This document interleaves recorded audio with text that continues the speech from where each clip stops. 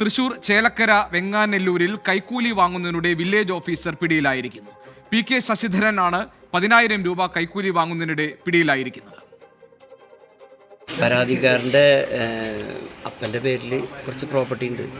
അതിൽ fair value കുറച്ച് amount കൂടുതലായിട്ടാണ് കാണിച്ചിരിക്കുന്നത്.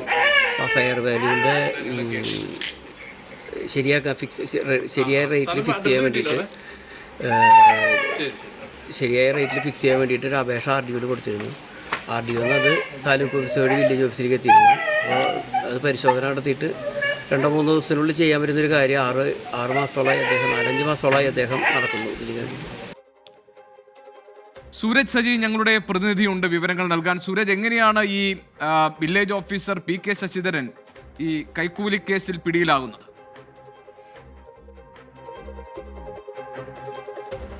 ഗോപികൃഷ്ണൻ, ഈ ഫെയർ വാല്യൂ തിരുത്തുന്നതുമായി ബന്ധപ്പെട്ടുകൊണ്ട് ഈ ഒരു പരാതിക്കാരൻ ഒരു പരാതി നൽകിയിരുന്നു. അതിൽ RDO ഓഫീസിലാണ് ഈ പരാതി നൽകിയത്. പക്ഷേ ഈ സ്ഥല സന്ദർശനം നടത്തുന്നതിന് വേണ്ടി വില്ലേജ് ഓഫീസറെ ചുമതലപ്പെടുത്തുകയും ചെയ്തു.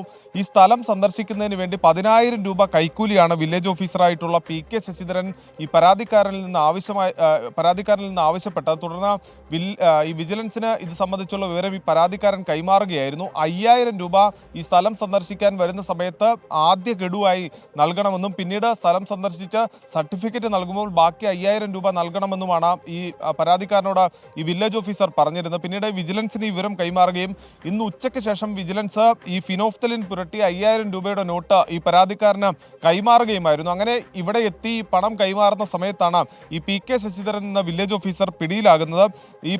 ഈ വില്ലേജ് ഓഫീസറെ സംബന്ധിച്ച് നേരത്തെയും പരാതികൾ ഉയർന്നിട്ടുണ്ട് എന്നുള്ളതാണ് വിജിലൻസിൽ നിന്ന് നമുക്കടക്കം ലഭിക്കുന്ന വിവരം. എന്തായാലും ഈ കൈക്കൂലി വാങ്ങുന്നതിനിടെ വില്ലേജ് ഓഫീസർ ഇപ്പോൾ ഈ വിജിലൻസിന്റെ പിടിയിലാകുകയും ചെയ്തിട്ടുണ്ട്. വിജിലൻസിന്റെ തൃശൂർ യൂണിറ്റ് ആണ് നിലവിൽ ഈ വില്ലേജ് ഓഫീസറെ അറസ്റ്റ് ചെയ്തിട്ടുള്ളത്. ഗോപികൃഷ്ണൻ.